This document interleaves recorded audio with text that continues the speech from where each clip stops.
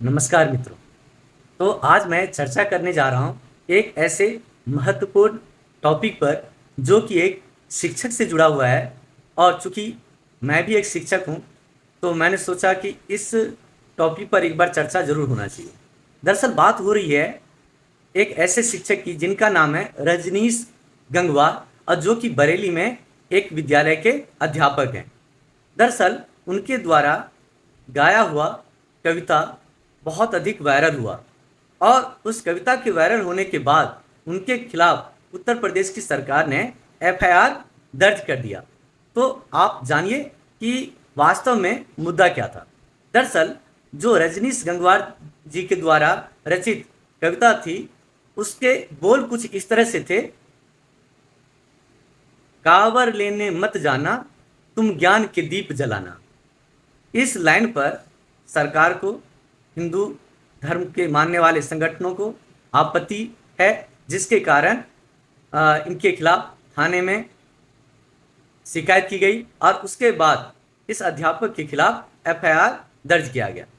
तो इस विवाद में कुछ लोग शिक्षक के पक्ष में खड़े होते दिखाई दे रहे हैं, तो वहीं कुछ लोग विपक्ष में। दरअसल मेरा भी अपना कुछ विचार है, मत है, जो मैं व्यक्त करना चाहता हूँ। मुझे लगता है कि जिस तरह से उनके अंदर में, रजनीश गंगवार जी के अंदर में एक गुण है कविता की रचना करने का, वो वास्तव में बहुत ही प्रशंसनीय है। लेकिन ये भी एक सच है कि हमें ऐसी पंक्तियाँ या ऐसे शब्दों बचना चाहिए जो कि किसी धर्म समुदाय की भावनाओं को ठेस पहुंचाता है।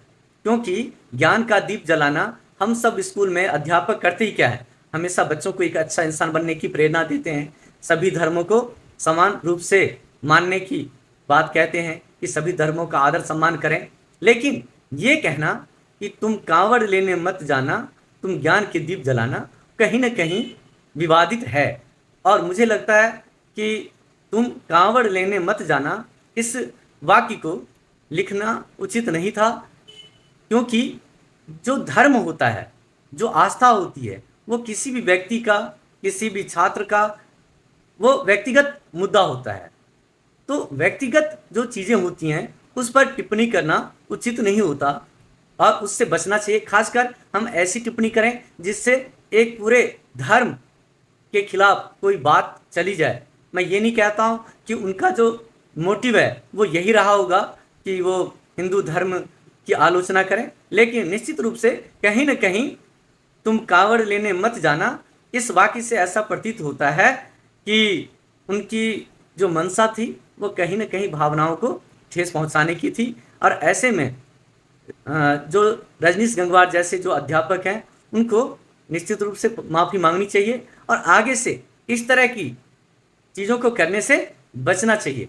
मतलब यह है कि किसी भी धर्म के ऊपर इस तरह से उंगली नहीं उठानी चाहिए और इस तरह से बात नहीं करनी चाहिए। क्योंकि जिस तरह की कविता की रचना रजनीश गंगवार जी ने की है, अगर यही रचना वो किसी दूसरे धर्म समुदाय के खिलाफ करते तो शायद उनके खिलाफ अब तक फतवा जारी हो चुका होता और इस समय देश में कई जगह प्रदर्शन हो चुके होते।